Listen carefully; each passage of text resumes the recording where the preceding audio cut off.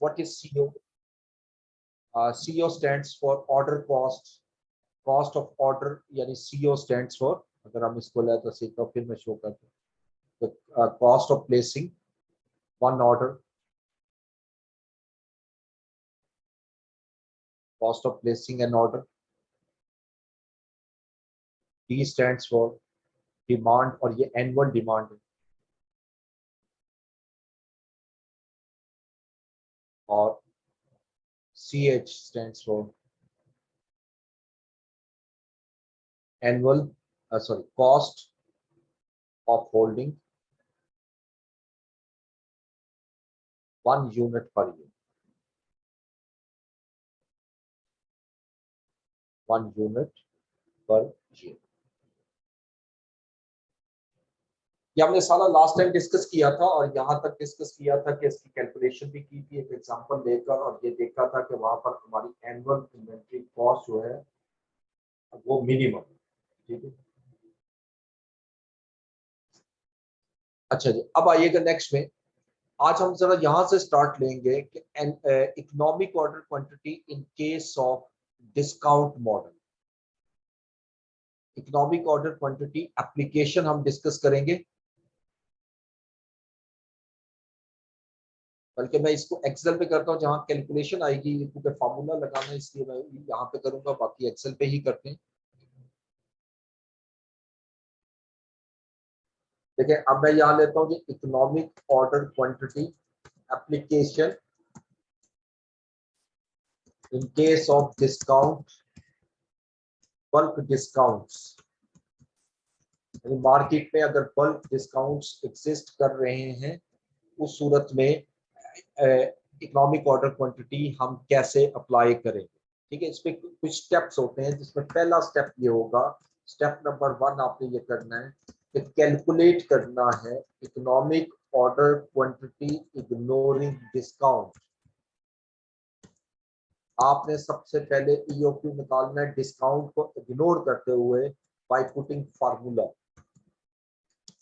कोई जो फार्मूला हमने लिखा उसको पुट करने के लिए उसमें वैल्यूज पुट करके, और डिस्काउंट दिया भी हुआ है तो इसको इग्नोर करते हैं, ठीक है। स्टेप नंबर 2 फिर हम कैलकुलेट करेंगे, कैलकुलेट एनुअल इन्वेंट्री कॉस्ट, लेकिन इसके अंदर परचेज कॉस्ट भी आएगी, इंक्लूडिंग परचेज कॉस्ट, क्योंकि अब डिस्काउंट की वजह से परचेज कॉस्ट मेरी लेस होगी, ठीक है।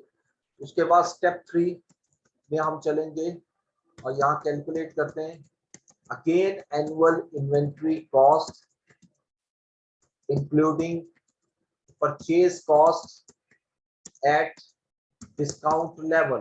जो भी हमें क्वेश्चन में डिस्काउंट लेवल दिया हुआ है उस पर कैलकुलेट करेंगे, और ये जो सेकंड स्टेप है ये एट अबव ईओक्यू, यानी अगर कोई डिस्काउंट नहीं है तो तब हमारी एनुअल इन्वेंट्री कॉस्ट क्या होगी, अगर डिस्काउंट लेंगे तब एनुअल इन्वेंट्री कॉस्ट क्या होगी, और स्टेप 4 पे जाकर हम डिटरमिन करेंगे ईओक्यू, इनमें से कौन सा इकोनॉमिक ऑर्डर क्वांटिटी। और इकोनॉमिक ऑर्डर क्वांटिटी का प्रिंसिपल एक ही माइंड में रखना है, और वो सिंपल ये है, economic order quantity is the level where annual inventory cost is minimum.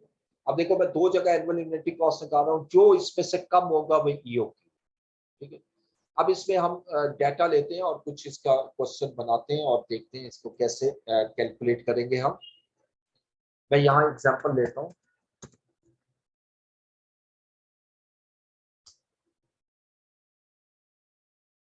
ABC company intends to determine economic order quantity. The relevant data is given below. अब इसमें सबसे पहले उसने हमें दिया क्वेश्चन में जी एनुअल डिमांड जो है हमारी दैट इज 50,000 यूनिट्स है।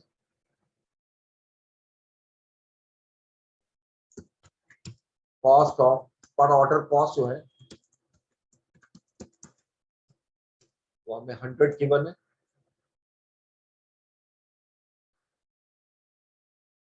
And then per unit holding cost per year तो हमें 2 रुपीज कॉस्ट दे रहे हैं, इसको बल्कि 1.5 करते हैं हम। एंड अच्छा, अब वो लिखता है कि supplier offered discount of 2% at minimum quantity of 10,000 units. यानी अगर हम एक टाइम में 10,000 यूनिट खरीदेंगे तो हमें 2% डिस्काउंट मिलेगा। और इसके अलावा उसने परचेज कॉस्ट दी हुई है पर यूनिट, वो 16 रुपीज। ठीक है जी। अब हमें इकोनॉमिक ऑर्डर क्वांटिटी निकालते हैं। सॉल्यूशन का जो पार्ट है इसमें वो यही करूंगा, लेकिन कुछ हिस्सा वहां पर करूंगा। देखिए स्टेप 1 हमने क्या पढ़ा था कि हमने कैलकुलेट करना है। ये स्टेप मैं लिख रहा हूँ एक दफा फिर, लेकिन ये एग्जाम में नहीं लिखने, आप डायरेक्ट कैलकुलेट करना। ठीक है, अब आपने ईओक्यू निकालना है ignoring discount by putting formula. तो फार्मूला मैं यहाँ पुट करता हूँ। ठीक है, इसका सोल्यूशन जो आएगा वो मैं यहाँ लिख लूंगा। अब देखिए यहाँ पर फार्मूला पुट करते हैं। ऊपर लिखा हुआ Q is equal to 2 into CO। अब CO क्या होगा? अब अगर आप कैलकुलेट करो CO,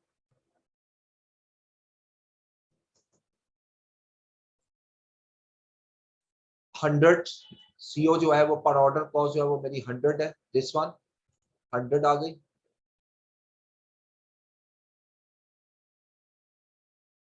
calculate 2 into 100 into D।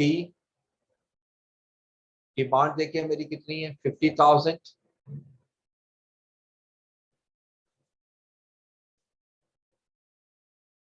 Whole divided bye CH, और CH है 1.50।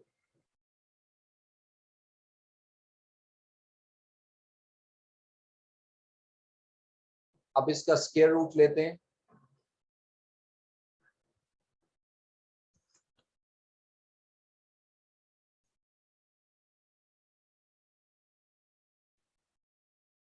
Two into 100 into 50,000 divided by 1.50, और इसका स्क्वायर रूट लेंगे तो ये आ जाएगा 2582। यानी एक टाइम में अगर हम 2582 यूनिट बाई करते हैं तो मेरी जो एनुअल इन्वेंट्री कॉस्ट है वो मिनिमम हो जाए।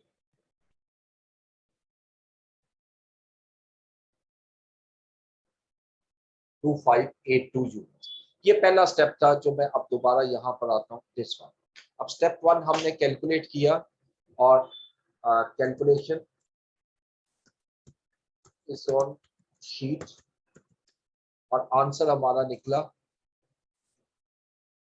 2582 यूनिट। ठीक है जी। अब स्टेप 2 पे हम कैलकुलेट करेंगे, बाकी कैलकुलेशन हम यहाँ कर सकते हैं। Calculate annual inventory cost including purchase cost at above EOQ। ठीक है, यानी अगर मैं एक टाइम में 2582 कॉस्ट यूनिट मंगवाता हूं तो मेरी एनुअल इन्वेंट्री कॉस्ट क्या होगी। तो मैं पहले कैलकुलेट करता हूं एनुअल परचेज कॉस्ट। अब एनुअल परचेज कॉस्ट कैसे निकलेगी? पूरे साल में आपने 50,000 यूनिट मंगवाने हैं, और एक यूनिट जो है आपको मिलेगा 16 रुपीज में। क्योंकि अगर आप 2582 जो है यूनिट एक टाइम में मंगवाते हो, वन टाइम, तो याद रखिएगा कि यहाँ पर आपकी डिस्काउंट एप्लीकेबल नहीं होगा। डिस्काउंट तब एप्लीकेबल होगा जब एक टाइम में 10,000 यूनिट आप बाई करो। अब इसको मैं इससे मल्टीप्लाई कर देता हूँ, ये अमाउंट यहाँ ले आते हैं, और यहाँ मैं रुपीज लिख देता हूँ। यानी 50,000 सॉरी इंटू 16, ये 800,000 एनुअल परचेज कॉस्ट आ गई।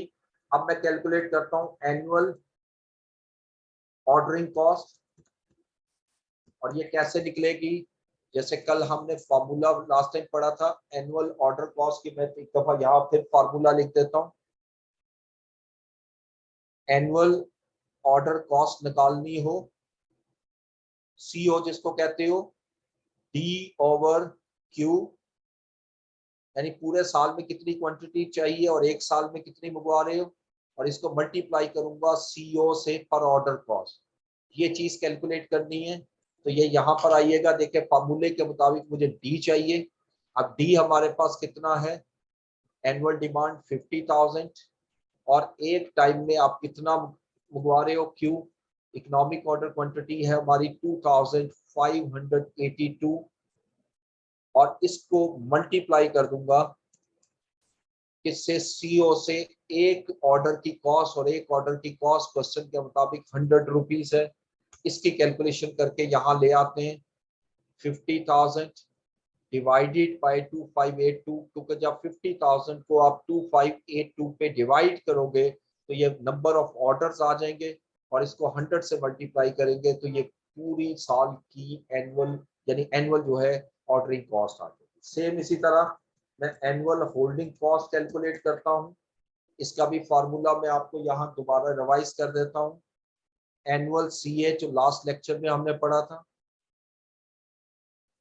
और इसके लिए हम फॉर्मूला यूज करते हैं Q/2 average inventory into CH।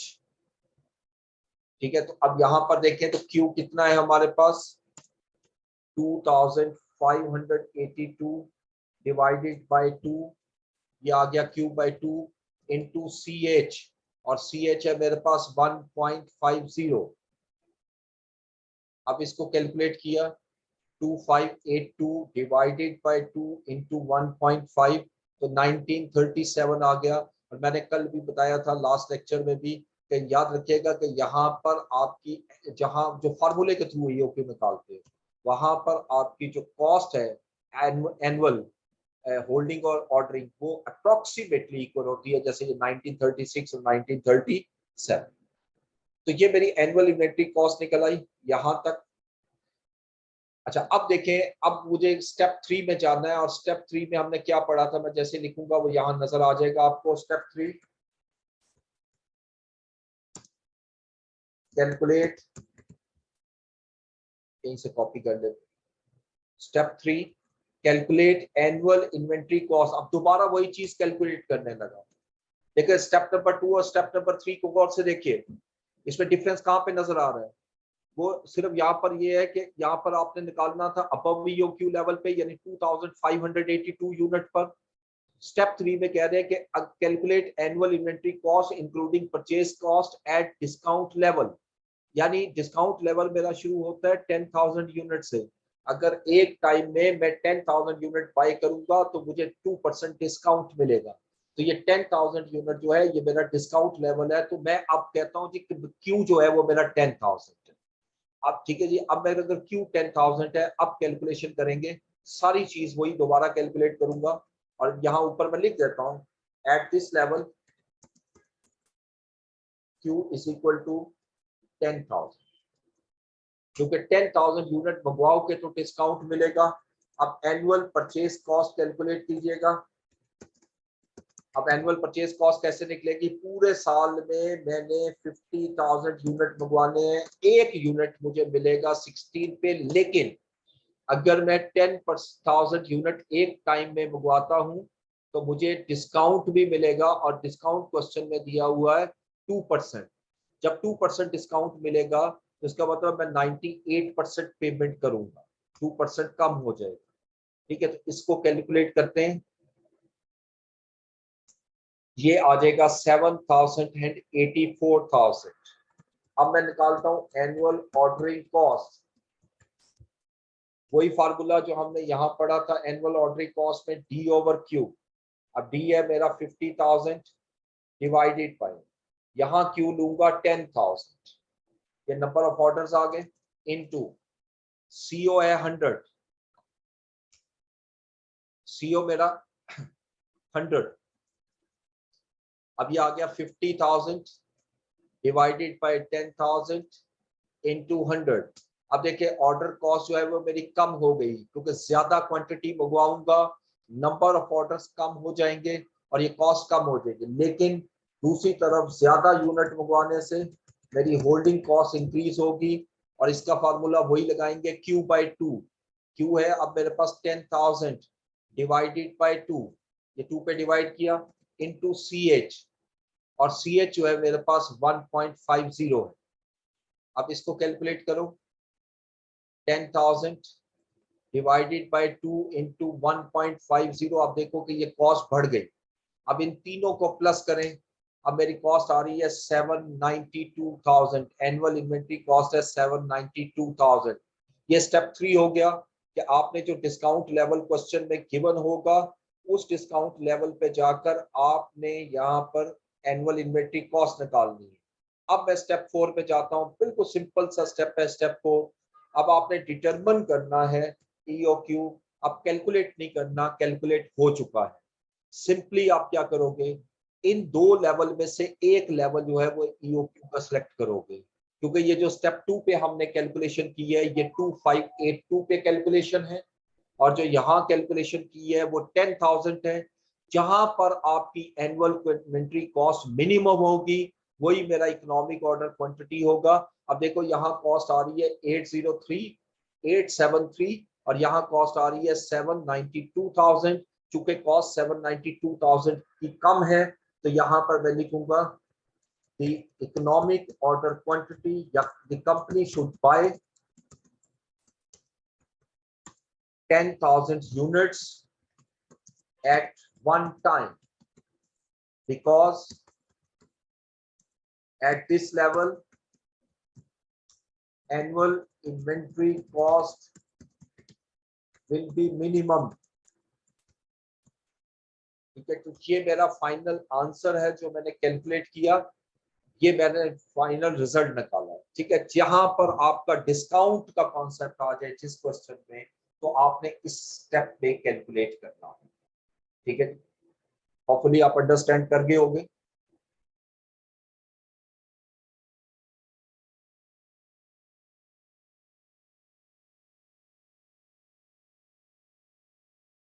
Okay, annual interest cost repeat कर देता हूँ। ठीक है, ठीक है, देखो यहाँ एनुअल इन्वेंटरी कॉस्ट बिल्कुल इसी तरीके से निकाली है जो यहाँ कैलकुलेट, सिर्फ फर्क ये है कि यहाँ पर हमने क्यू लिया हुआ था, Q इज इक्वल टू 2582 जो आपने फार्मूले से निकाला था, और यहाँ मैं Q ले रहा हूँ 10,000। क्यों? क्योंकि डिस्काउंट शुरू हो रहा है 10,000 से, मिनिमम 10,000 यूनिट खरीदूंगा तो डिस्काउंट होगा। बाकी सारी कैलकुलेशन वही है, पूरे साल में मैंने 50,000 यूनिट खरीदने हैं, और अगर डिस्काउंट नहीं होगा तो मैं 16 रुपए में खरीदूंगा, अगर डिस्काउंट होगा तो मैं 16 रुपीज में नहीं खरीदूंगा बल्कि 2% डिस्काउंट मिल जाएगा। तो देखो यहाँ एनुअल परचेज कॉस्ट मैंने 50,000 इंटू 16 दी, और यहाँ पर 2% डिस्काउंट लेस कर दिया। और 2% डिस्काउंट लेस करने का आसान तरीका ये होता है कि मैं सिंपली इसमें इसको 98% पे ले जाऊँ। ठीक है, उसके बाद एनुअल ऑर्डरिंग कॉस्ट की तरफ आएंगे। तो एनुअल ऑर्डरिंग कॉस्ट का मैंने फार्मूला लिखा था, वो चाहे यहाँ करो वहां करो, D/Q, ये नंबर ऑफ ऑर्डर्स आ गए, इंटू CO। ठीक है, आप ये कैलकुलेट करोगे तो ये आंसर आ जाएगा। डी क्या है यहाँ पर, 50,000 एनुअल डिमांड, क्यू है 2582 इंटू CO 100, और यही कैलकुलेशन यहाँ की है, यहाँ पर सिर्फ क्यू चेंज होगा 10,000। ठीक है, और एनुअल होल्डिंग कॉस्ट निकालनी है तो Q बाई 2 इंटू CH, ये CH निकलेगी। अब देखो Q बाई 2 2582 Q है, इसको 2 पे डिवाइड किया और मल्टीप्लाई कर दिया CH से, और यहाँ Q हमने लिया हुआ है 10,000, तो 10,000 ओवर 2 इंटू 1.50। तो ये दोनों कैलकुलेशन सेम, सिर्फ अमाउंट चेंज होगी, उस जो रीजन है वो मैंने आपको बताई, क्योंकि वहां डिस्काउंट है वहां डिस्काउंट नहीं।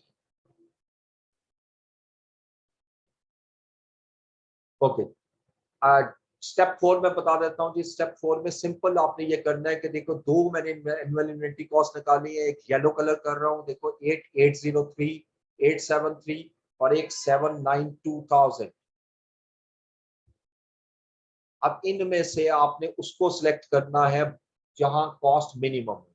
अब जितनी बात है कॉस्ट मिनिमम 792,000 है, इसका मतलब मेरा इकोनॉमिक ऑर्डर क्वांटिटी जो है वो 10,000 है। तो कंपनी को कम से कम 10,000 यूनिट बाय करने चाहिए।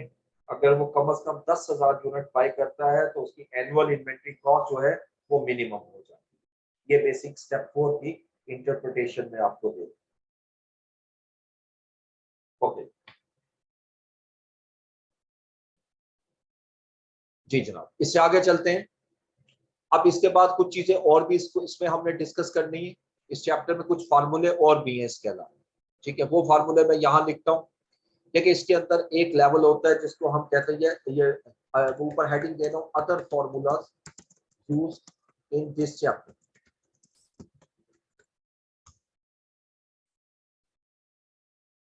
ठीक है, एक फार्मूला वो कभी कभी पूछता है मिनिमम लेवल निकाल दो।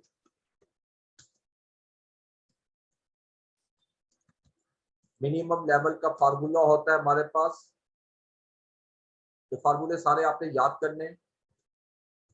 Maximum usage into maximum lead time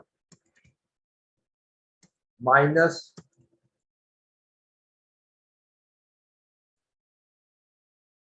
average usage into average lead time.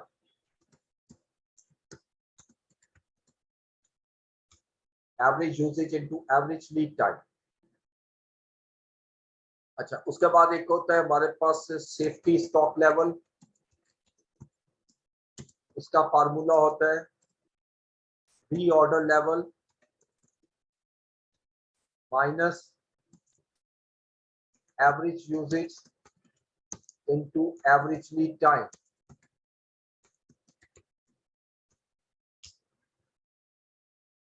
तीसरा हम फार्मूला लिखेंगे रीऑर्डर लेवल। रीऑर्डर लेवल के दो फार्मूले होते हैं। एक फार्मूला होता है maximum usage into maximum time, maximum lead time. देखिए ये फार्मूला कहाँ यूज होगा, इफ लीड टाइम और एंड और यूसेज इज नॉट सर्टन। अगर वो सर्टन नहीं है तो फिर आप ये फार्मूला यूज करते हैं। अदरवाइज आप दूसरा फार्मूला क्या यूज करते हैं, रीऑर्डर लेवल का average usage into average lead time, average usage into average lead time. और ये वहां यूज होगा जहां लीड टाइम और आपका जो यूसेज है वो दोनों कंफर्म हो, यानी बोथ आर सर्टन।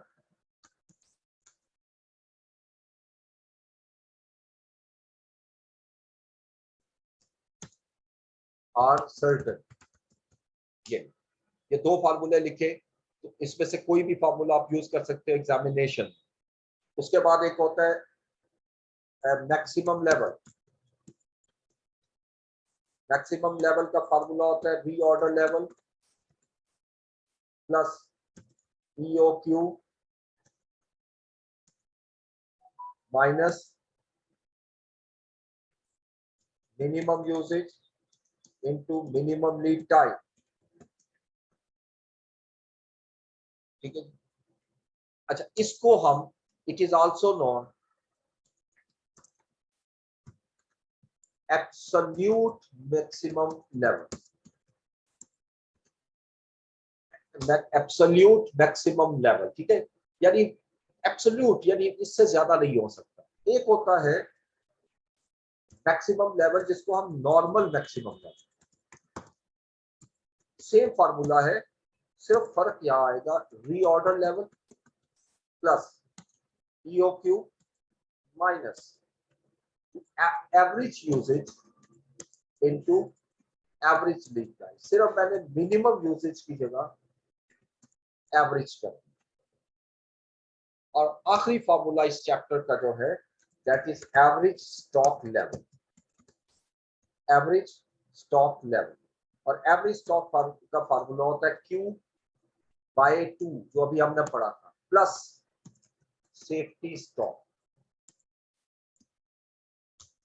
ये हमारे पास मैक्सिमम जो है वो फार्मूले हैं जो इसके अलावा क्वेश्चन में एग्जामिनर आपसे पूछ सकता है।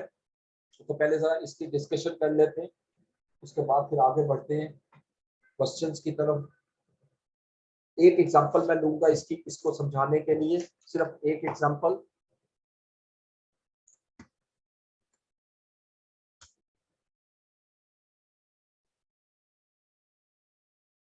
अच्छा, अब हम लिखते हैं जी कि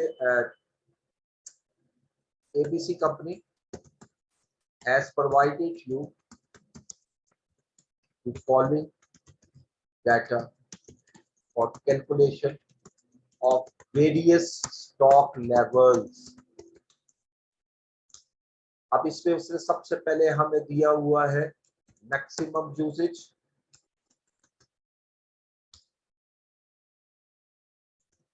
यहाँ पे दो कॉलम बना लेता हूँ, यूसेज पर डे, तो इसी तरह लिखते हैं मैक्सिमम यूसेज पर डे। ये क्वेश्चन में दिए हुए हैं हमें 10 डेज 100 यूनिट्स।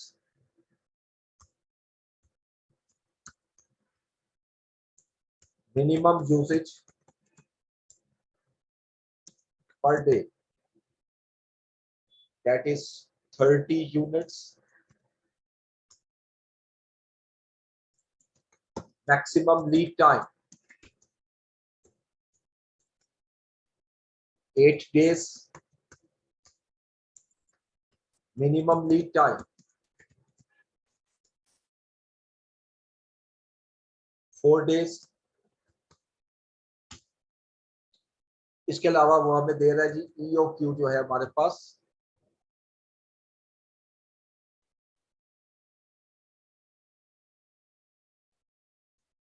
वो हम ले लेते हैं जी 1500 यूनिट्स। ठीक है जी, अब ये सारे लेवल निकाल दें। मैं एक एक लेकर आता हूँ और फार्मूला यहाँ से कॉपी करता हूँ और नीचे ले आता हूँ और सॉल्व करके लाता हूँ। लेकिन सबसे पहले मुझे चाहिए मिनिमम लेवल। फार्मूला देखिएगा, maximum usage into maximum lead time minus average usage into average lead time. Problem यह है कि यहाँ पर मैक्सिमम यूसेज दी हुई है, मैक्सिमम लीड टाइम दिया हुआ है, but average usage average lead time नहीं दिया हुआ। तो एवरेज कैसे कैलकुलेट होता है? एवरेज में डालने के लिए हम फॉर्मूला यूज करते हैं maximum plus minimum divided by 2। ठीक है ना, मैंने इसके साथ कुछ नहीं लिखा मैक्सिमम क्या। अब देखिए, अगर मैं एवरेज यूसेज निकालना चाहता हूं तो मैं लिखूंगा maximum usage plus minimum usage divided by 2, यानी दोनों को प्लस करके 2 पे डिवाइड कर दूंगा। तो अब अगर इसी को देखें तो एवरेज यूसेज क्या आएगी पर डे। अगर इसको कैलकुलेट करना हो, ये वर्किंग है तो कैसे कैलकुलेट करूंगा मैं? ये वर्किंग यहाँ शो करता हूँ 100 maximum plus minimum 30 divided by 2। अब इसकी कैलकुलेशन देखें, ये आ जाएगा 150 सॉरी 130 प्लस करके, और इसको डिवाइड किया 2 पे, तो ये 65 मेरी एवरेज यूसेज आ गई पर डे। और दूसरा मुझे एवरेज लीड टाइम चाहिए, सेम यही कॉन्सेप्ट। और यहां पर भी मैं क्या करूंगा कि मिनिमम प्लस मैक्सिमम दोनों लीड टाइम को प्लस करके मैं 2 पे डिवाइड कर देता हूं। देखिए, पहला जो है वो मेरे पास 8, सेकंड 4 और डिवाइडेड बाय 2। इसके कैलकुलेशन देखते हैं, 8 प्लस 4 डिवाइडेड बाय 2, तो 6 आ गया मेरा एवरेज लीड टाइम। अब मैक्सिमम लेवल निकालना है, देखिए फार्मूला यूज करता हूं, तो that is equal to maximum usage हमारे पास कितनी है per day 100 into maximum lead time 8 days minus average जो अभी हमने वर्किंग में कैलकुलेट की है 65 average usage into average lead time मेरे पास है 6। अब इसको जब कैलकुलेशन करूंगा,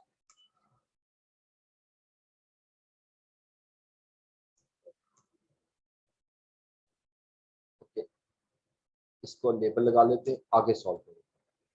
ठीक है, इसको जब मैं सॉल्व करूंगा यहाँ पर, तो जो आंसर आएगा वो क्या आता है जी 100 अब इसको मैं लेबल हटाता हूँ तो ये फार्मूला लग जाएगा 410, ये मेरा मिनिमम लेवल आ गया, यानी 410 मुझे कम से कम स्टॉक रखना चाहिए। ठीक है, अब आते हैं पहले रीऑर्डर लेवल, क्योंकि रीऑर्डर लेवल आपका सेफ्टी स्टॉक में यूज होना है। अब अगर मैं रीऑर्डर लेवल निकालता हूँ तो इसमें दो फार्मूले पड़े थे। अब वो कहता है इफ लीड टाइम और यूजेज इज नॉट सर्टेन। देखिए यहाँ पर हम अज्यूम कर रहे हैं कि ये सर्टेन नहीं है। देखो 100 और 30, तो फिर फार्मूला क्या यूज होगा, maximum usage into maximum lead time. Maximum usage मेरी कितनी है, अब देखो तो मैक्सिमम यूजेज मेरी 100 इनटू मैक्सिमम लीड टाइम 8, बस ये हम कैलकुलेट करेंगे 100 इंटू 8, ये मेरा रीऑर्डर लेवल आ जाएगा। यानी जब मेरे पास 800 यूनिट रह जाए तो मुझे नया ऑर्डर प्लेस कर देना चाहिए। इकोनॉमिक ऑर्डर क्वांटिटी की क्वांटिटी थोड़ी सी कम कर देता हूँ और इसको 700 कर देता हूँ, 1000। ठीक है, अच्छा अब मुझे कैलकुलेट करना है safety stock level. Safety stock level, अब इसका फॉर्मूला देखें,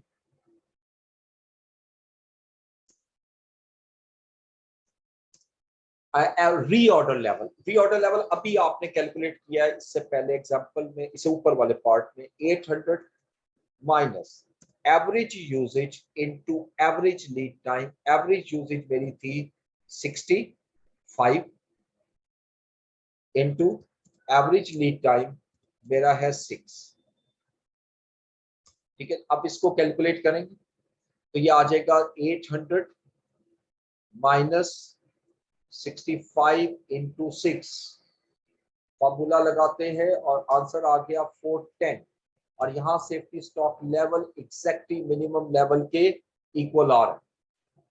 सेफ्टी स्टॉक लेवल के बाद हमारा अगला लेवल जो आपने कैलकुलेट करना है, री ऑर्डर लेवल के बाद minimum maximum level.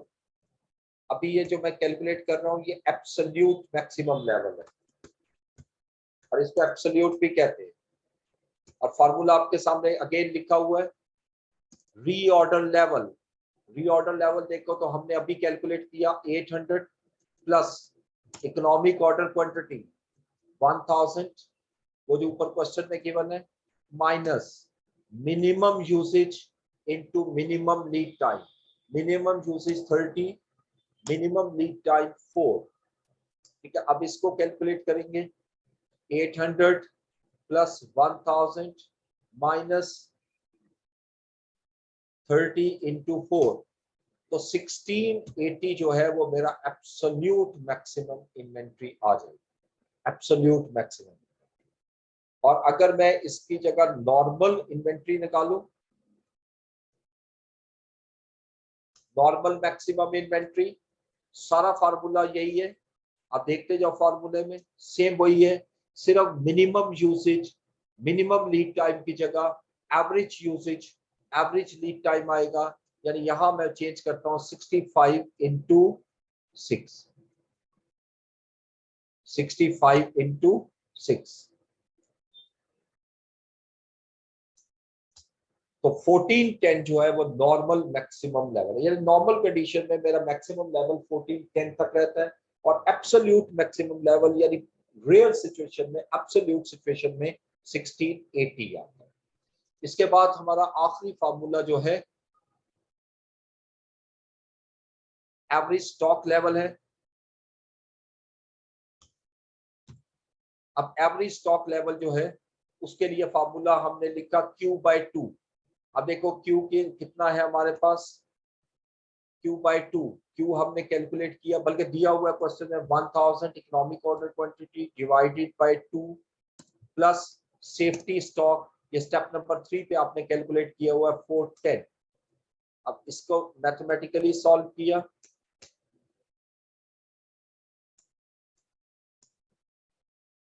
Ji 1000 divided by 2 into 410,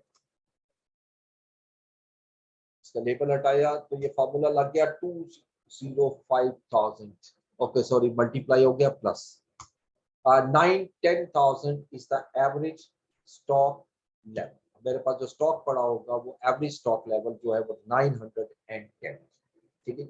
सो ये हमारा एक छोटा सा टॉपिक था इन्वेंट्री मैनेजमेंट का। और इसमें पास्ट पेपर का हिस्ट्री बात करूं,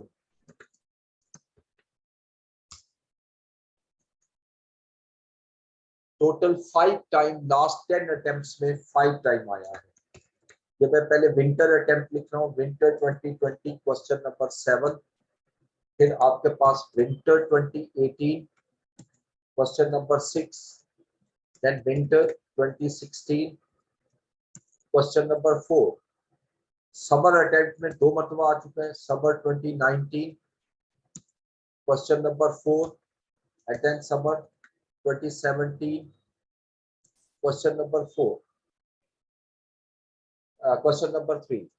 सो अगर इस हिस्ट्री को देखें तो इसके चांस हैं कि इस दफा भी पेपर में आ सकता है, अगर मैं सिर्फ पास्ट हिस्ट्री को देखूं। बट प्रोफेशनल स्टडीज के पेपर में इट्स वेरी डिफिकल्ट टू से कि क्या आएगा क्या नहीं आ सकता है। लेकिन मैं अगर पास्ट हिस्ट्री देखूं तो मुझे नजर आता है इसमें से देख कर के शायद इसमें से ये क्वेश्चन आपको एग्जामिनर दे सकता है। तो अब ये जो 5 क्वेश्चन है इसको एक नजर देख लेते हैं और देखते हैं कि कौन से क्वेश्चन आपको आसान है और कौन से मुश्किल है। ये मैं आपके सामने इसको शो कर रहा हूँ इस बार। ये पेपर है जी मेरे पास विंटर 2020 का। अगर इसके मुताबिक चले तो ये मैंने पहला क्वेश्चन पेपर ओपन किया है विंटर 2020 का और question number 7 this one. Okay, इसको शुरू करने से पहले तो देख लो आपके क्वेश्चंस क्या हैं।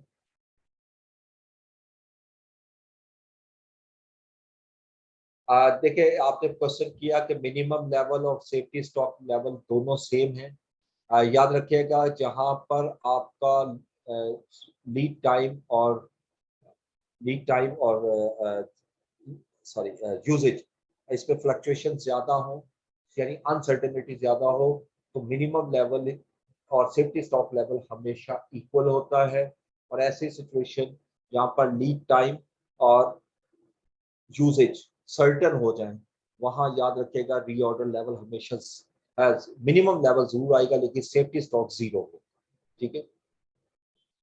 Buffer stock is also a safety stock, is another name of buffer safety stock।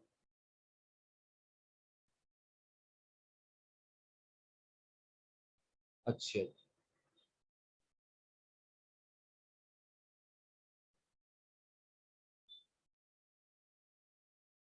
अच्छा, अगर ईओक्यू नहीं दिया हुआ तो जी बिल्कुल निकालेंगे जैसे अभी हमने पहले कैलकुलेट किया।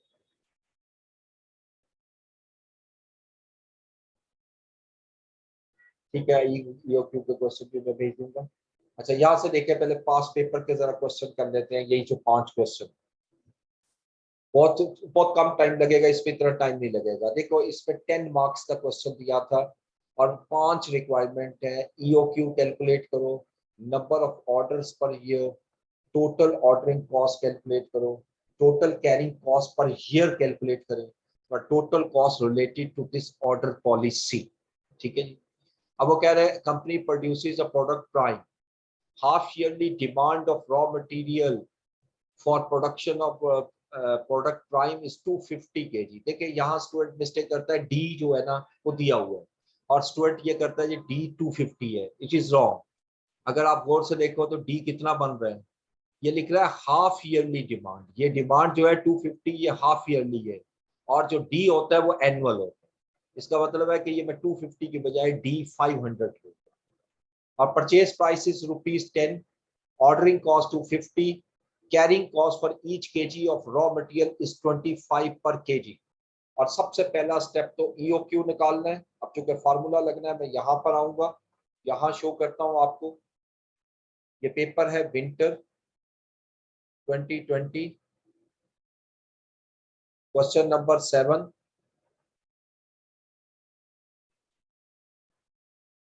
उसका सोल्यूशन आ जाएगा आपके सामने। अब पहले जब भी ईओक्यू निकालने लगा ना, ये ईओक्यू अगर आपने कैलकुलेट करना है तो पहला काम ये किया करो कि पहले इसके वो जो तीन चीजें मुझे चाहिए वो लिख लें। यानी पहले मुझे चाहिए डी, एनुअल डिमांड। अब डी कितनी है, उसने क्वेश्चन में दिया हुआ है 250 केजी, लेकिन ये हाफ ईयर डिमांड है, पूरे साल की डिमांड कैसे निकलेगी? अगर 6 महीने की डिमांड 250 है, साल में 2 मरतबा ये डिमांड क्रिएट होगी after each 6 months, half year के बाद। यानी डी जो है वो मेरा 500 आ जाएगा। उसके बाद मुझे सीओ चाहिए। क्वेश्चन के मुताबिक देखिए तो सीओ दिया हुआ है, ऑर्डर कॉस्ट इज ₹250 पर ऑर्डर, ये ₹250, ये सीओ आ गया। अब मुझे सी ए चाहिए, cost of holding 1 unit per year, और ये देखिए ये उसने दी हुई है ₹25 पर केजी। अब ये 25 यहाँ पर आ गया। अब जब ये सारी तीनों वैल्यूज ले रही, अब मैं क्यू का फार्मूला लगाता हूँ। Q is equal to 2 CO D over CH।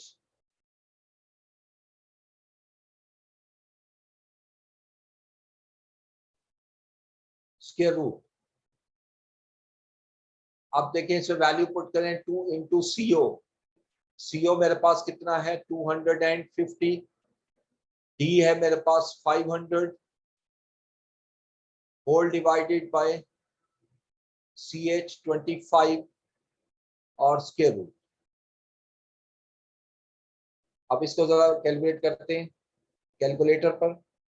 2 into 250 into 500 divided by 25 और स्क्वायर रूट लिया तो 330 आ गया। ये 100 का आपके पास आ चुका है, यानी इकोनॉमिक ऑर्डर क्वांटिटी मेरी आ गई 100 केजी। यानी एक टाइम में मुझे 100 केजी जो है वो बाय करना चाहिए। एक टाइम में 100 KG we should buy it. Okay,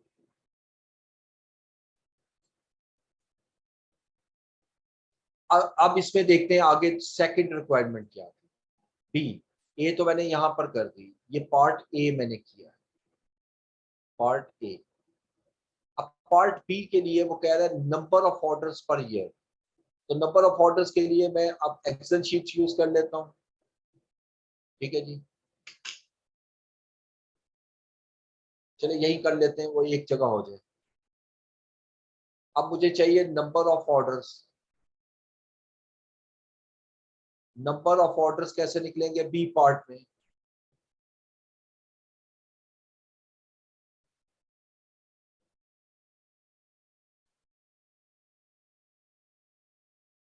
D over Q. यानी पूरे साल में कितनी क्वांटिटी खरीदोगे और एक टाइम में कितनी क्वांटिटी मंगवा रहे हो। देखो पूरे साल में मुझे 500 केजी खरीदना है और इकोनॉमिक ऑर्डर क्वांटिटी के मुताबिक 100 केजी एक टाइम में बाई करना चाहिए। तो ₹5 जो है वो मेरी, सॉरी ₹5 कह रहा हूँ, 5 ऑर्डर्स जो है वो मुझे देने हैं। नंबर ऑफ ऑर्डर 5, पूरे साल में 5 ऑर्डर्स जो है वो मैंने देने। ठीक। इसी तरह सी देखे पार्ट, सी में कह रहा है total ordering cost. Total ordering cost जिसको एनुअल इन्वेंट्री ऑर्डरिंग कॉस्ट भी कह सकते हो।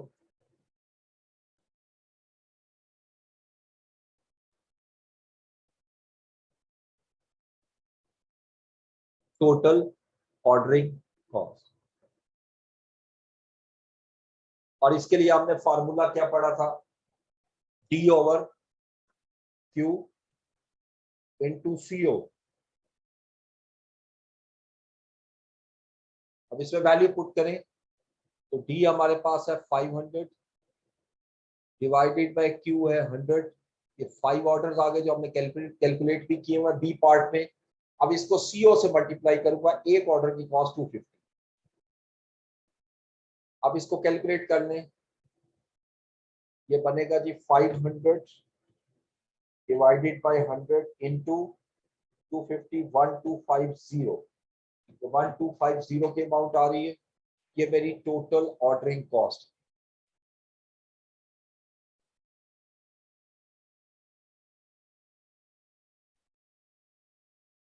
डी में आते हैं और डी में है total carrying cost per year, total carrying cost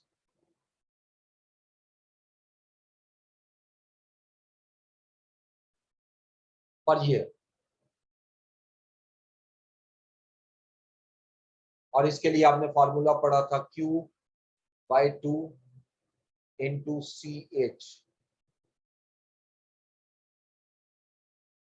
अब इस पे वैल्यूज पुट करते हैं। Q हमारे पास कितना है, 100 डिवाइडेड बाय 250 आ गया, इंटू CH, और CH है 25। अब ये बन गया 50 इंटू 25 करो तो ये भी 1250। ये डी पार्ट आ गया। ई में कहता है total cost related to this order policy, यानी अगर इस ऑर्डर पॉलिसी पे चलता हूं तो टोटल कॉस्ट ऑफ इन्वेंट्री क्या होगी या टोटल कॉस्ट क्या होगी। तो टोटल कॉस्ट में हमारी तीन कॉस्ट होगी, एक purchase cost,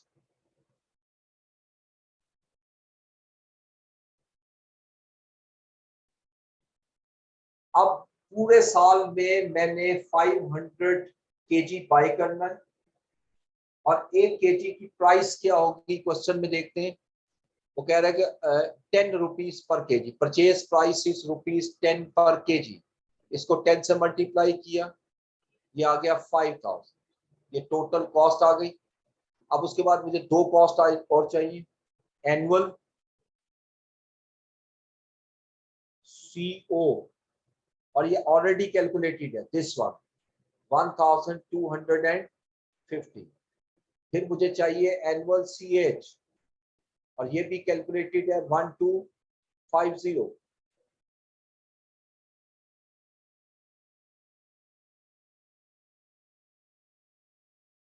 10,000 rupees. So that is end of this question. ठीक है जी, ये सिंपल सा क्वेश्चन था जो हमने किया विंटर 2020।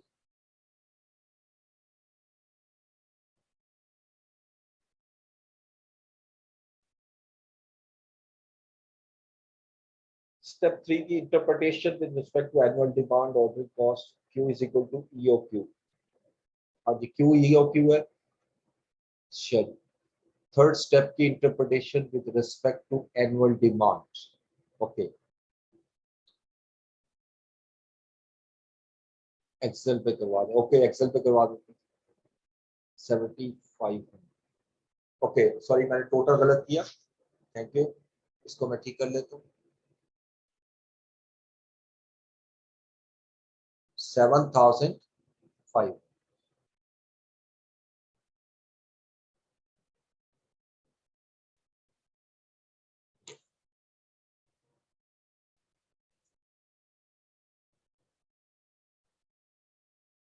अच्छा, अगर अब आपने क्वेश्चन किया कि टाइम अज्यूम करके मैं रीऑर्डर लेवल को भी एक्सप्लेन कर दूं, तो अब मैं जरा इसको एक और क्वेश्चन लूंगा, उसमें आ जाएगा आपका, ठीक है, ये पास पेपर में आया हुआ है।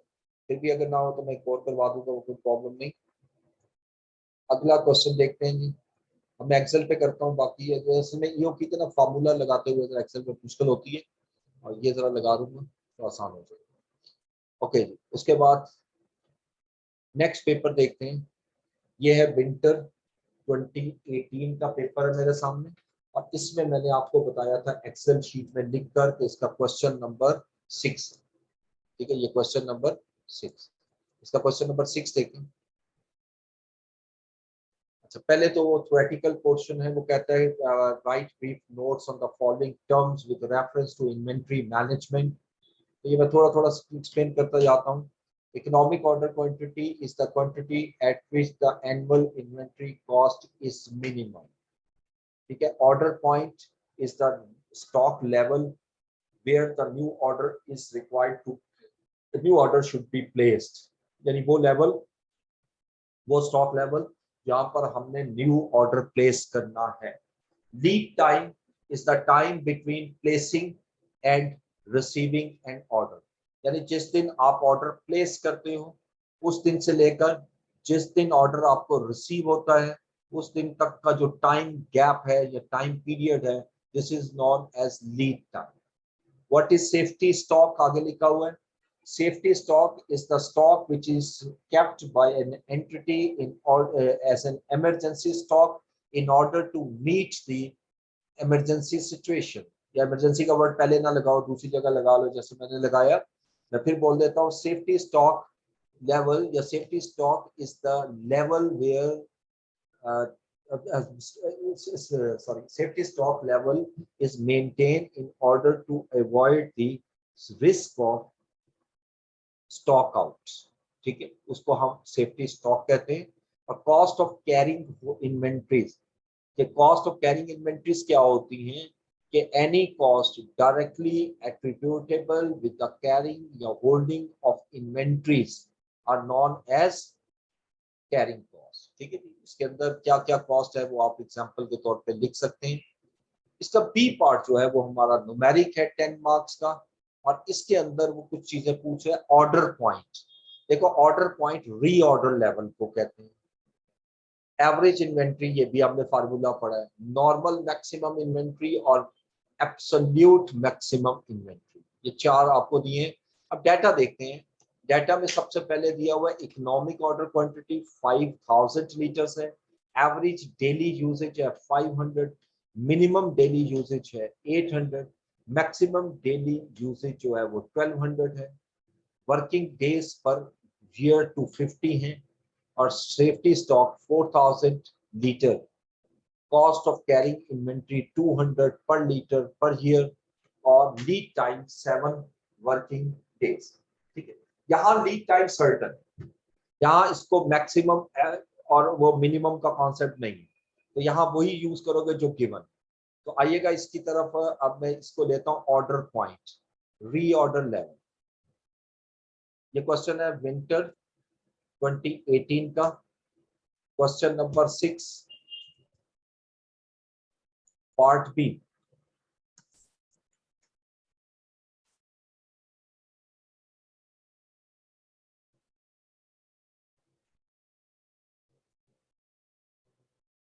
देखिए पहला इसमें ऑर्डर पॉइंट, ऑर्डर पॉइंट को रीऑर्डर लेवल भी कहते हैं। अच्छा, अभी हमने दो फार्मूले पढ़े थे और इसके, और एक मैंने आपको बताया था जब सर्टन और एक अनसर्टन। ये देखें, ये अनसर्टन है क्योंकि आपकी यूसेज जो है वो 500 भी हो सकती है, 800 भी हो सकती है, और 1200 भी हो सकती है, और 800 भी हो सकती है। ठीक है, और एवरेज उसने लादा दी हुई है 500। ठीक है, तो ऐसी सूरत हाल में अब अनसर्टन सिचुएशन है तो मैक्सिमम पे भी कैलकुलेट कर सकते हैं, इसमें कोई रिस्ट्रिक्शन नहीं है। आप जैसे मर्जी करो, मैं मैक्सिमम पे कैलकुलेट कर रहा हूँ, maximum usage per day into lead time. अब मैक्सिमम लीड टाइम लिखूंगा, लेकिन लीड टाइम एक ही दिया हुआ, वो एक ही लगेगा, lead time per day per day. अब इसमें अगर वैल्यू पुट करूं तो मैक्सिमम यूसेज आपके पास क्या है,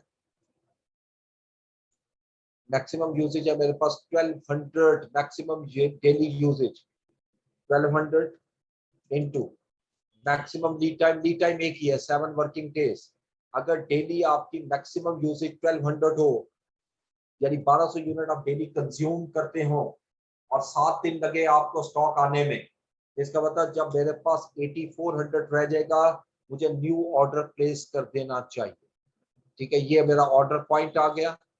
सेकंड वो कहता है एवरेज इन्वेंट्री कैलकुलेट करो, एवरेज इन्वेंट्री जिसको एवरेज स्टॉक लेवल भी कहते हो। इसके लिए फार्मूला आपने पढ़ा हुआ है, Q/2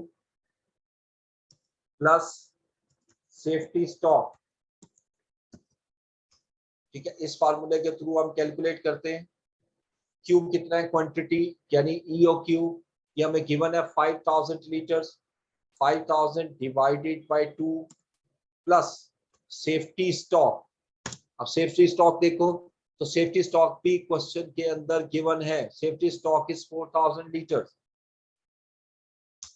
अब इसको कैलकुलेट कर लो, 5000 डिवाइडेड बाय 2 प्लस 4000, यानी जो मेरा एवरेज स्टॉक लेवल है वो 6500 बन रहा है। देन फिर वो क्वेश्चन में कहता है normal maximum inventory, normal maximum level कह लो या नॉर्मल मैक्सिमम इन्वेंट्री। अब इसका भी फार्मूला आपके सामने है जी, रीऑर्डर लेवल। क्वेश्चन के मुताबिक मुझे रीऑर्डर लेवल चाहिए जो मैं ऑलरेडी कैलकुलेट कर चुका हूँ, 8400 प्लस ईओक्यू चाहिए, इकोनॉमिक ऑर्डर क्वांटिटी क्वेश्चन में दिया हुआ है 5000, इन दोनों को प्लस किया और माइनस किया average usage into average lead time. अब देखो एवरेज यूसेज कितनी है 500 और लीड टाइम वही रहेगा 7, 500 इंटू 7। अब इस कैलकुलेशन को करें 8400 प्लस 5000 माइनस 500 इंटू 7, तो 9900 मेरा नॉर्मल मैक्सिमम इन्वेंट्री लेवल है, नॉर्मल। ठीक है, अब आते हैं एब्सोल्यूट मैक्सिमम इन्वेंट्री लेवल। ठीक है, आखिरी हिस्सा इसका मैक्सिमम एब्सोल्यूट मैक्सिमम इन्वेंट्री मांगा हुआ है, तो लेवल की जगह मैं इसको इन्वेंट्री में कन्वर्ट कर देता हूँ, जो वर्ड यूज हुआ है उसी को, सेम फार्मूला है, इसी को कॉपी कर रहा हूँ, लेकिन सिर्फ फर्क ये है यहाँ मिनिमम यूसेज और मिनिमम लीड टाइम आना है। मिनिमम यूसेज जो है मेरे पास क्वेश्चन के मुताबिक वो 800 है, 800, तो इसको 500 की बजाय 800 कर दूंगा, बाकी सारी चीज वही है। ठीक है, जिसमें कोई फर्क नहीं है। अब इसको कैलकुलेट, और इवन लीड टाइम भी वही रहेगा क्योंकि वो तो सर्टन। ये 7800 जो है ये एब्सोल्यूट मैक्सिमम इन्वेंट्री लेवल है। ठीक है, अच्छा उसके बाद नेक्स्ट आइए। अच्छा ये क्वेश्चन खत्म हो गया, बस ये इसमें है, इसमें और कोई चीज नहीं।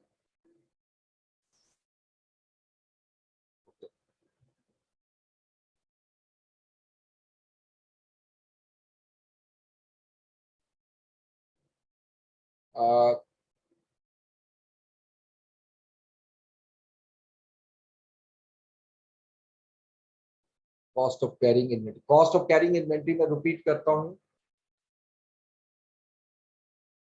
कॉस्ट ऑफ कैरिंग इन्वेंट्री का मतलब ये है कि cost in connection with the cost which is directly attributable to the holding of inventory is known as carrying stock, carrying inventory। वो हमारी कॉस्ट जो हम इन्वेंट्री को होल्ड करने के लिए इनकर करेंगे और डायरेक्टली एट्रीब्यूटेबल होगी, उसको हम नाम देंगे कैरिंग इन्वेंट्री। होल्डिंग और कैरिंग कॉस्ट एक ही कॉस्ट है, एक ही कॉस्ट है। जो आप यूनिट स्टॉक में रखते हो स्टोर में, उस पर जो हमारी कॉस्ट इनकर करनी पड़ती है उसी को हम होल्डिंग कॉस्ट कहते हैं या कैरिंग कॉस्ट कहते हैं। Reorder level on the basis of certain usage कैसे आइडेंटिफाई करेंगे? देखिए सर्टेन तब होगा जब आप उसको यूसेज सिंगल दियो, आपको एक यूसेज दियो तो वही आप लोगे, कोई एवरेज होती है। ठीक है, वो एवरेज गिवन होती है, बस उसी को यूज करोगे, या नॉर्मल गिवन, और जहां पर फ्लक्चुएशन कम हो। उसके बाद आपने पूछा सर्टेन डेली यूसेज कैसे आइडेंटिफाई करेंगे, मैंने अभी आपको बताया।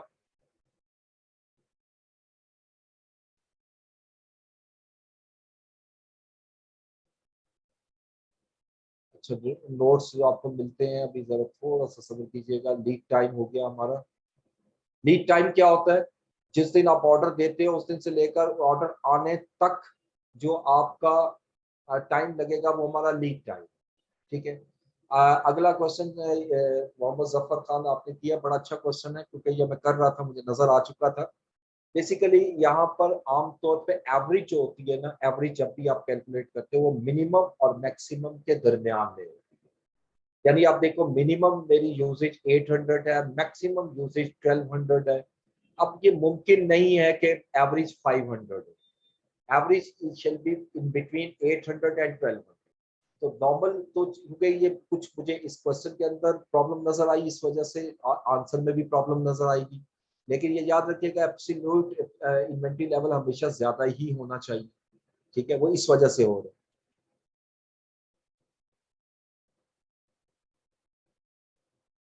सारी डेफिनेशन में बता दूं? Okay, syllabus content wise remaining theory के नोट्स प्रोवाइड करें, मैंने अभी आपको बताया, इंशाल्लाह करता हूं। मैं जरा काफी बिजी हो, अभी कुछ दिन है रमजान के, तो इस पे कोशिश करता हूं, लेकिन ये है कि हमारा जरा ये क्लोजिंग होती है, इसमें जरा थोड़ा सा टाइम का इशू होता है, तो बहरहाल 3-4 दिन के बाद कोई टाइम निकलता है तो मैं करता हूँ। एवरेज लीड टाइम क्यों नहीं कैलकुलेट किया? एवरेज लीड टाइम कैलकुलेट तब कर सकते हैं जब मिनिमम और मैक्सिमम दो दिए हों, यहाँ तो दिया ही एक हुआ है, तो एवरेज कैलकुलेट नहीं कर सकते। ठीक है,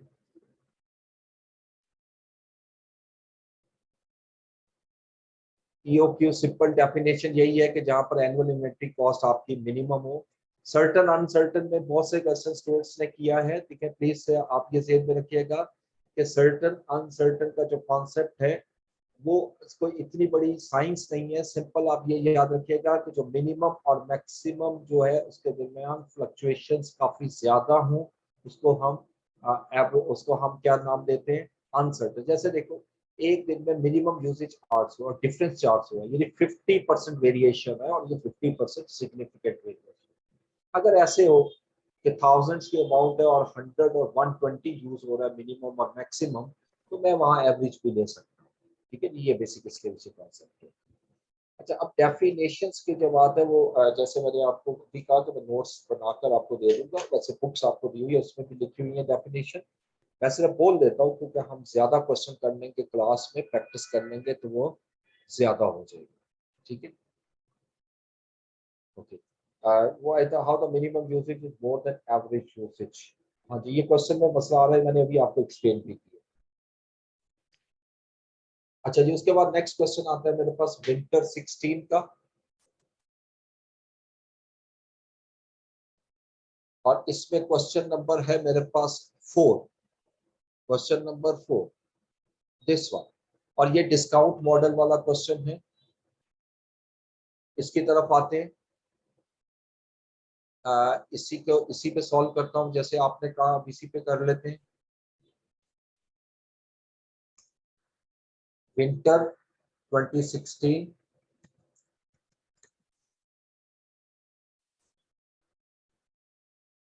क्वेश्चन नंबर 4। अब इसमें देखें तो क्वेश्चन पहले पढ़िएगा, फिर उसके बाद हम सॉल्व करते हैं। खान कंपनी जी को क्वेश्चन करना चाह रहे हैं, भाई कौन है किसका? Okay, Khan company is considering changing it's supplier of raw material. The existing and proposed supplier both supply the raw material for ₹5 per unit, but the proposed supplier will offer a bulk discount by discount of 8% on all orders of 7,000 or more units. यानी इस वक्त आप जिस supplier से मांग रहे हो, sorry goods खरीद रहे हो, वो भी ₹5 में दे रहा है। अब आप नया सप्लायर लेना चाह रहे हो, वो भी 5 में दे रहा है, लेकिन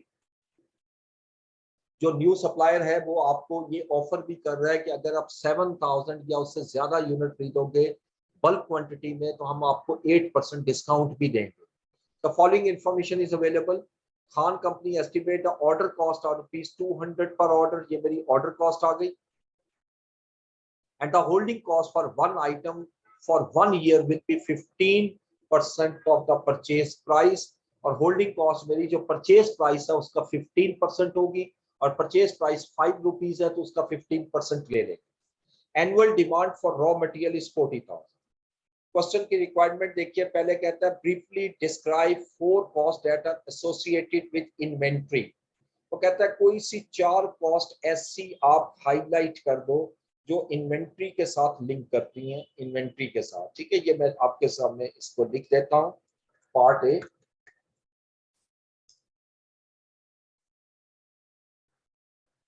ware house rental cost is inventory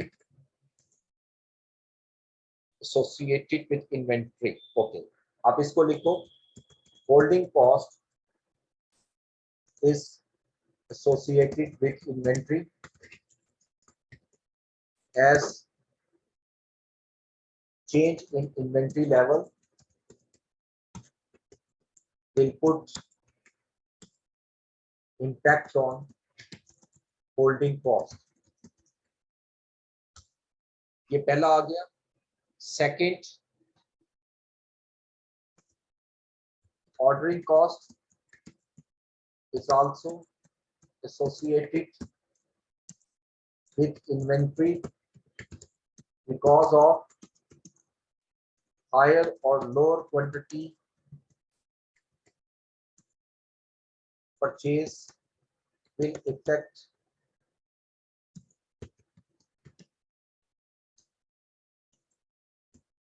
the will affect the cost. ठीक है, उसकी कॉस्ट भी चेंज होती है। अगर कम क्वांटिटी मंगाऊंगा या ज्यादा मंगाऊंगा तो ऑर्डर कॉस्ट की वजह से मेरी कॉस्ट चेंज हो जाएगी। अच्छा, उसके बाद तीसरी कॉस्ट हम ले लेते हैं, shortage cost, which is might be part of evaporation and will affect overall inventory cost। ठीक है, ये शॉर्टेज क्या है कि यदि स्टॉक पड़ा पड़ा कम हो जाता है, जैसे जैसे कुछ एवेपोरेशन होती है एयर में, जैसे पेट्रोल भी एक रॉ मटेरियल होता है, थिनर भी एक रॉ मटेरियल होता है, तो ये ऐसे कुछ या कुछ और केमिकल्स भी होते हैं जो थोड़ी थोड़ी देर के बाद कुछ ना कुछ इवेपोरेट होते रहते हैं, वो भी हमारी कॉस्ट का हिस्सा हो जाता है। ठीक है, इसके अलावा स्पॉइलेज कॉस्ट जो है वो भी हम इसको कह सकते हैं, spoilage cost which might occur due to negligence of person handling the stock।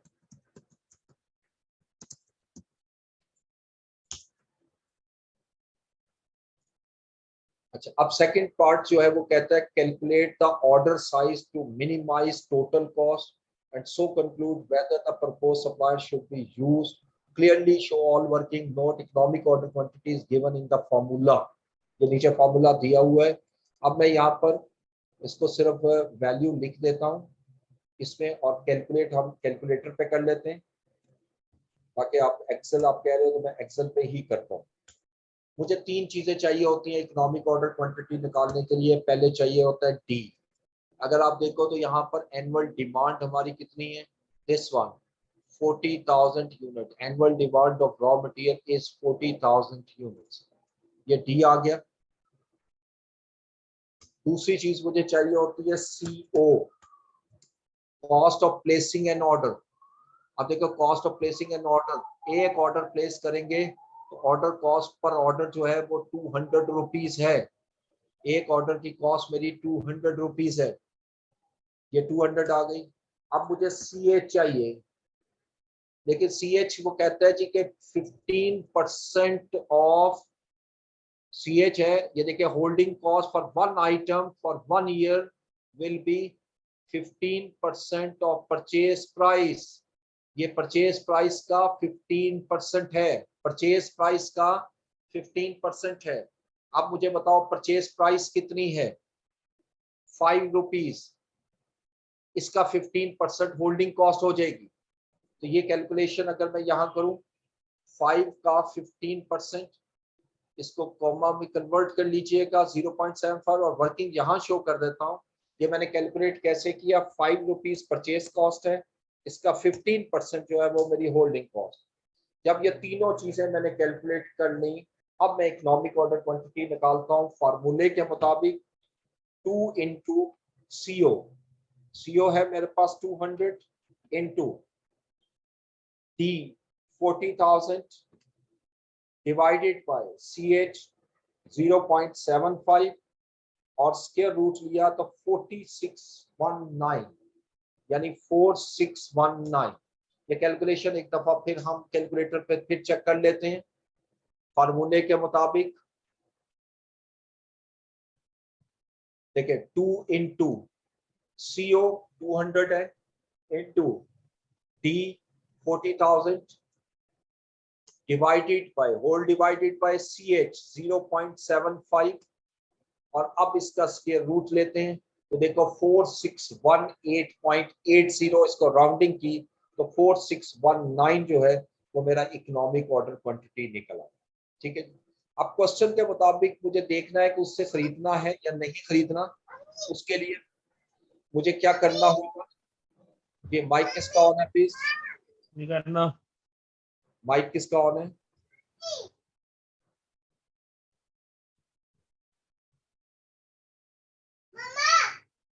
Ji Pippa head office, okay. 461819 आपका इकोनॉमिक ऑर्डर क्वांटिटी कैलकुलेट हो गई। अब इसके बाद आइएगा नेक्स्ट में, क्वेश्चन में निकाल रहा था, सॉरी। अच्छा, क्वेश्चन में वो कहता है जी कि ऑर्डर साइज निकालो, कैलकुलेट ऑर्डर साइज, यानी कितनी क्वांटिटी में ऑर्डर देना चाहिए टू मिनिमाइज टोटल कॉस्ट। अब मुझे वही कैलकुलेट करना है, एनुअल इन्वेंट्री कॉस्ट कैलकुलेट करनी। Annual inventory cost at Q is equal to 4619। अगर एक टाइम में मैं 4619 क्वांटिटी मंगवाता हूं तो मेरी एनुअल इन्वेंट्री कॉस्ट कितनी होगी, जब हम पहले कर चुके हैं। तो मैं पहले लूंगा annual purchase cost. Annual purchase cost कैसे निकलेगी, पूरे साल में कितने यूनिट मैंने मंगवाने हैं वो यहाँ लिखे भी हुए हैं 40,000, और एक यूनिट 5 रुपीज में मुझे मिलेगा, क्योंकि कोई डिस्काउंट नहीं मिलेगा मुझे यहाँ। ठीक है, क्यों नहीं मिलेगा, क्योंकि मैं जो क्वांटिटी मंगवा रहा हूँ वो आपकी सप्लाई तब डिस्काउंट हमें देगा जब कम से कम मैं 10,000 यूनिट एक टाइम में मंगवाऊं, 8,000 यूनिट, सॉरी 7,000 यूनिट एक टाइम में मंगवाता हूँ। ठीक है, तो चूंकि मैं 4619 मंगवा रहा हूँ तो इसका मतलब मुझे कोई भी डिस्काउंट नहीं मिलेगा। 400,000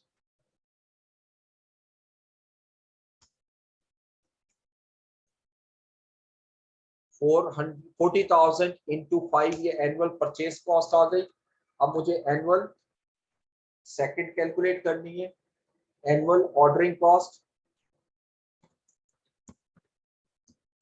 और ये कैसे निकलेगा, फार्मूला हम पढ़ चुके हैं, डी ओवर क्यू। डी है 40,000 डिवाइडेड बाय क्यू है 4620, सॉरी 19, और मल्टीप्लाई करूंगा सीओ से जो कि 200 है। इसकी कैलकुलेशन देखें, 40,000 डिवाइडेड बाय 4619 इनटू 200, ये आ गई 1732। अब मैं लूंगा एनुअल होल्डिंग कॉस्ट या एनुअल कैरिंग कॉस्ट। इसका फार्मूला है Q बाई 2, Q है 4619 डिवाइडेड बाई 2 इंटू CH, और CH हमने निकाला हुआ है 0.75। अब इसको कैलकुलेट करें, इंटू 0.75 1732, और देखिए जब फार्मूले के थ्रू हम EOQ निकालते हैं वहां पर annual inventory cost, annual ordering cost और एनुअल होल्डिंग कॉस्ट हमेशा इक्वल आती है, जो मैंने आपको सामने फिर दिखा, इसके सामने डेमो दिया, इक्वल। ठीक है, इसके बाद आइए, अब अगर हम डिस्काउंट लेते हैं तो डिस्काउंट शुरू हो रहा है 7,000 यूनिट से, ये देखिएगा 7,000 यूनिट से। अच्छा, अब जब मैं यहाँ पर एक इशू ये आ रहा है कि मेरी होल्डिंग कॉस्ट परचेज प्राइस का 15% है, मेरी होल्डिंग कॉस्ट परचेज प्राइस का 15% है। अगर परचेज प्राइस कम हो जाएगी ड्यू टू डिस्काउंट तो यकीनन होल्डिंग कॉस्ट भी कम हो जाएगी। तो लिहाजा यहाँ पर पहले इसको सॉल्व करने से पहले मैं CH दोबारा निकाल लेता हूँ। CH निकालने के लिए आप परचेज कॉस्ट कितनी है, परचेज प्राइस पहले 5 रुपीज थी, लेकिन अब 5 रुपीज नहीं होगी, इस पे डिस्काउंट मिल जाएगा हमें 8%, इसका मतलब 92% मुझे परचेज कॉस्ट आ जाएगी। अगर 8% डिस्काउंट हो तो 92 आती है, 5 इंटू 0.92, ये हमारे पास बन रहा है 4.60। अब मैं इसकी होल्डिंग कॉस्ट जब लूंगा CH तो वो इस अमाउंट का 4.60 का 15% जो कि बनेगी 0.69। ठीक है, 0.69। ये अब जब मैं अब कैलकुलेशन करूंगा डिस्काउंट वाले केस में तो फिर याद रखिएगा कि फिर मैं 4.60 लेकर सॉल्व करूंगा, और होल्डिंग कॉस्ट जो है वो 0.49 सॉरी 0.69 लेकर सॉल्व करूंगा। ये मैं वर्किंग यहाँ शो कर, 4.60 का 15%। सिंपल लॉजिक से एक बार फिर रिपीट करता हूँ। जब आप कहते हो कि मेरी होल्डिंग कॉस्ट परचेज प्राइस का 15% है, अगर एक चीज मैं 100 रुपीज में खरीद रहा हूँ तो इसका मतलब 15 रुपीज मेरी होल्डिंग कॉस्ट होगी। अब अगर मैं चीज सस्ती खरीदता हूँ, डिस्काउंट लेता हूँ और 90 रुपीज में खरीदता हूँ, तो ये बात है होल्डिंग कॉस्ट तो 15% ही रहेगी, लेकिन चूंकि परचेज प्राइस कम हो गई उसकी वजह से ओवरऑल कॉस्ट कम हो जाएगी। ठीक है, तो इसलिए हम यहाँ पे CH दोबारा कैलकुलेट किया। अब मैं निकालूंगा जी एनुअल, बल्कि इस पूरे को कॉपी करते हैं और वैल्यू चेंज करते जाते हैं। अब एनुअल इन्वेंट्री कॉस्ट निकालूंगा। अगर क्यू मेरे पास 7000, अगर एक टाइम में मैं 7000 क्वांटिटी मंगवाता हूं तो मुझे 8% डिस्काउंट मिल जाएगा, और 8% डिस्काउंट मिलने की वजह से मेरी परचेज प्राइस अब 5 रुपीज नहीं रहेगी, 5 रुपीज से कम हो जाएगी। जो मैंने ये कैलकुलेट किया था ये 4.60 हो जाएगी, इसको मैं 4.60 करता हूँ और यहाँ पर भी 4.60 किया तो ये 184,000 आ गई। एनुअल ऑर्डरिंग कॉस्ट की बात करूं तो एनुअल ऑर्डरिंग कॉस्ट जो है मेरी जी, तो ये 40,000 डिवाइडेड बाय 7,000 हो जाएगी। ठीक है जी, क्योंकि अब मैं एक टाइम में 7,000 क्वांटिटी ऑर्डर करूँ, इसको कैलकुलेट किया तो ये बात है अब ऑर्डर कॉस्ट मेरी कम हो जाएगी। ये 7,000 इंटू 200 1143, लेकिन होल्डिंग कॉस्ट मेरी बढ़ जाएगी और यहाँ पर 7,000 divided by 2 into 0.75,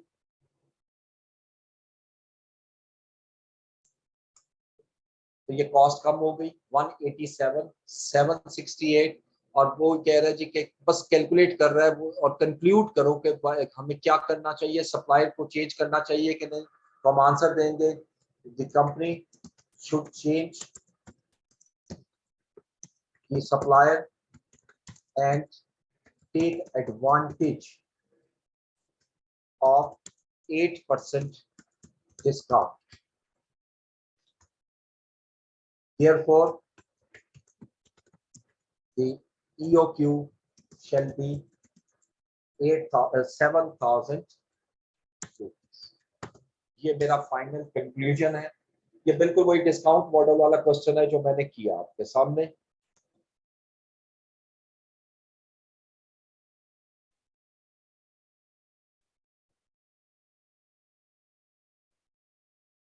ओके जी, ठीक है। आप यहाँ एनुअल होल्डिंग कॉस्ट में मैंने 0.69 लेना है, 6 मैंने 0.7 कर दिया,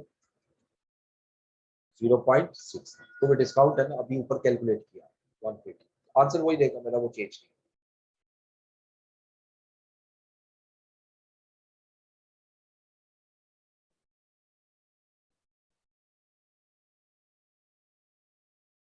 ओके ठीक हो गया।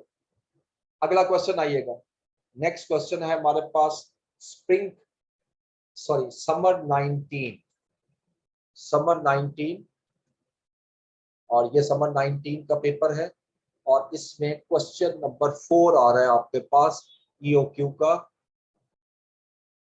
बिल्कुल छोटा सा क्वेश्चन है, देखो इसमें 3 और 2 5 मार्क्स का क्वेश्चन है और सिर्फ ए पार्ट। ठीक है, कोई लिख रहा है assume you have a product with the following parameters. 6 month demand आपको दी हुई है 900, अगेन 6 मंथ की डिमांड है। आपको इसको एनुअल में कन्वर्ट करना है। Holding cost per year 100 per unit, order cost 100 पर ऑर्डर। ठीक है, what is economic order quantity, EOQ निकालना है। Assuming 300 days work in year, how many order should be processed पर शेयर, कितने हमें ऑर्डर प्लेस प्रोसेस करने चाहिए, और what is the expected time between order, एक ऑर्डर से दूसरे ऑर्डर में कितना टाइम लगेगा। बिल्कुल छोटा सा क्वेश्चन है, इसको भी हम लेते हैं यहाँ पर।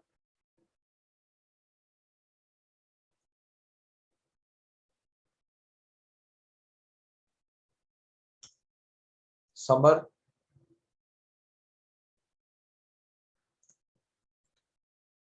2019 क्वेश्चन नंबर 4 जी। तो पहले वही तीन चीजें जैसे मैंने बताया वो लैदा कर लेते हैं। तो सबसे पहले डी दिया हुआ है, डी हमारा कितना आएगा? देखो वो कह रहा है कि 6 मंथली डिमांड जो है वो 900, 6 मंथ की, तो साल की कितनी डिमांड होगी, मल्टीप्लाई 2 कर दो, तो डिमांड हो गई 1800।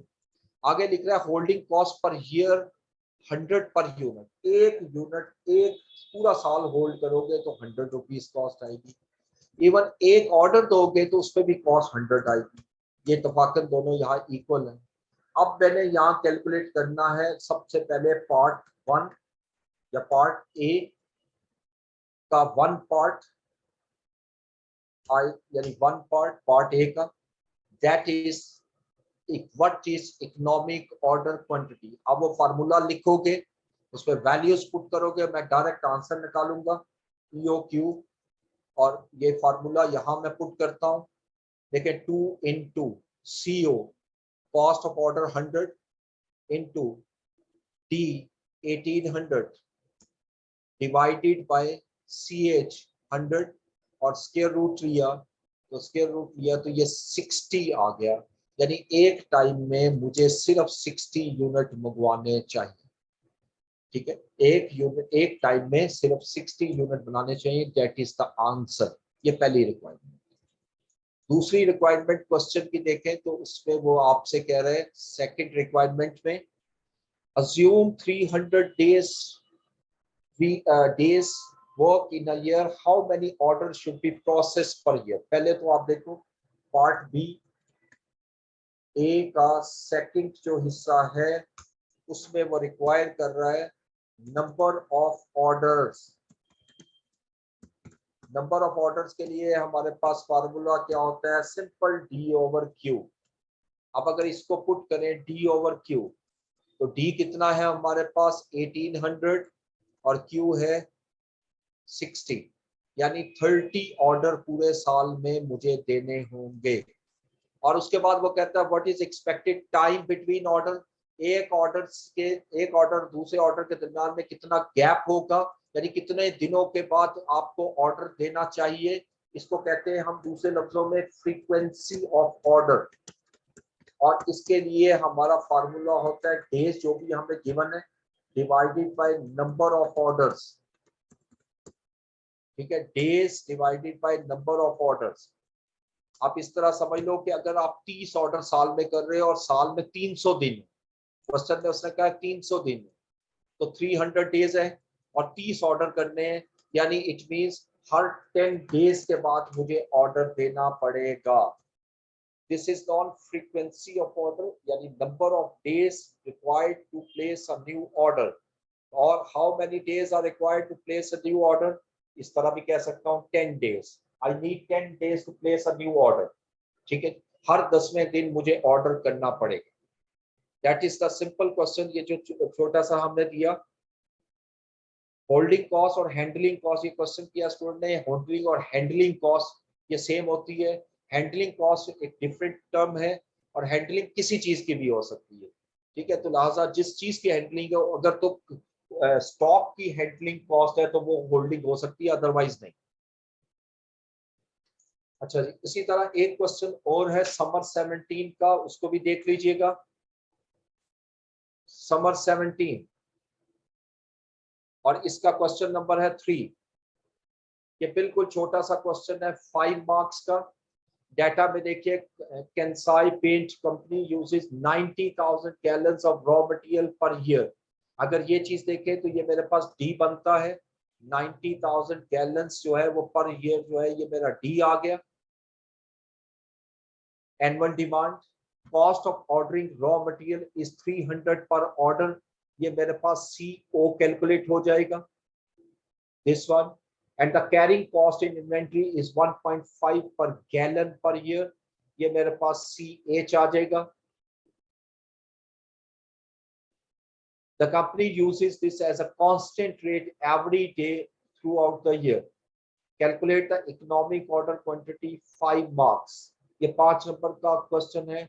इसमें सबसे पहले वही 3 चीजें कैलकुलेट कर लो, 2 मिनट में हो जाएगा ये क्वेश्चन भी।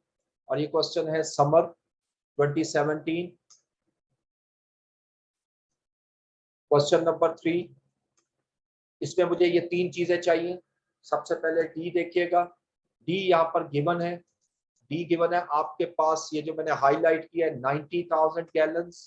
सी एच की बात करूं तो सी एच उसने दिया हुआ है 1.50, और अगर मैं सीओ की बात करूं तो सीओ जो हमें गिवन है क्वेश्चन में वो 300 पर ऑर्डर है।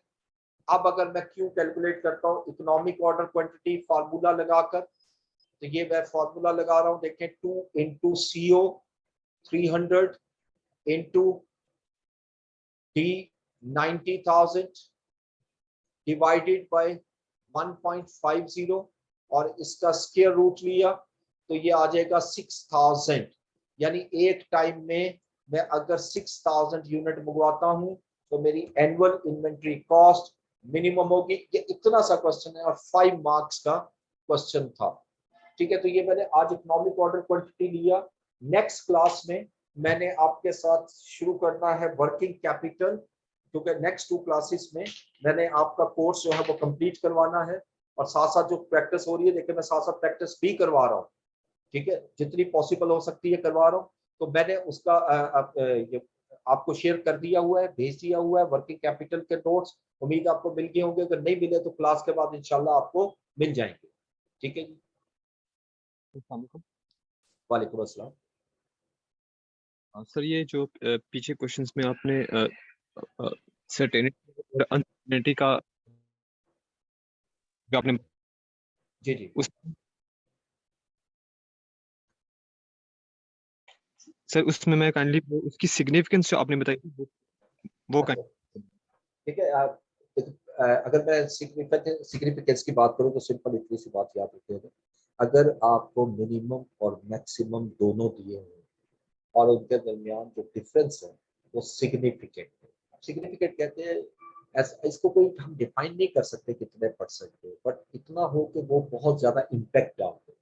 अब 50% अगर मैं कहूँ कि चेंज हो गई तो ये ज्यादा इम्पैक्ट होगा। चलो आपको बहुत आसान एक तरीका बताता हूँ। जैसे एक चीज है 100 रुपीज की है, आप मार्केट से लेने जाते हो और यकदम प्राइस जो है वो 120 रुपीज की हो जाती है, तो आप फील करोगे कि यार प्राइस बहुत ज्यादा है। अगर आप 100 रुपीज की चीज मार्केट में लेने चाहते हो, दूसरी आइटम वो 101 की मिलती है, तो आपको ज्यादा इफेक्ट या ज्यादा फीलिंग नहीं होगी। इस कॉन्सेप्ट को हम कहते हैं सिग्निफिकेंट और इनसिग्निफिकेंट। ठीक है, सर इसकी कोई परसेंटेज डिफाइन नहीं, जजमेंट, ओनली जजमेंट।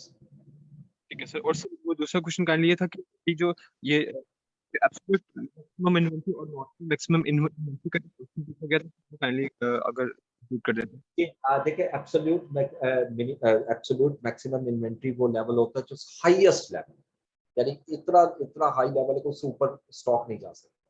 और वो तभी मुमकिन है जब आप मिनिमम लेवल यूज करोगे, यानी जब माइनस करूंगा ना फार्मूले से, ये जब मिनिमम माइनस करूंगा तो मैक्सिमम लेवल आएगा। ठीक है, और नॉर्मल मैक्सिमम यूसेज में एवरेज यूज करते हैं। ठीक है, नॉर्मल कंडीशन, यानी वो उससे कम आएगा। इसलिए हम इसको फार्मूले में थोड़ी सी चेंज करके इसको सॉल्व करते हैं। ठीक है, अच्छा अब टाइम ओवर हो गया, मास का भी टाइम हो रहा है। इंशाल्लाह नेक्स्ट क्लास में मुलाकात होती है, और आपको वो नोट्स मैं प्रोवाइड कर देता हूँ, बल्कि वो आपको मिल चुके होंगे, अगर नहीं है तो मैं भेज देता हूँ। ठीक है, thank you so much, Allah.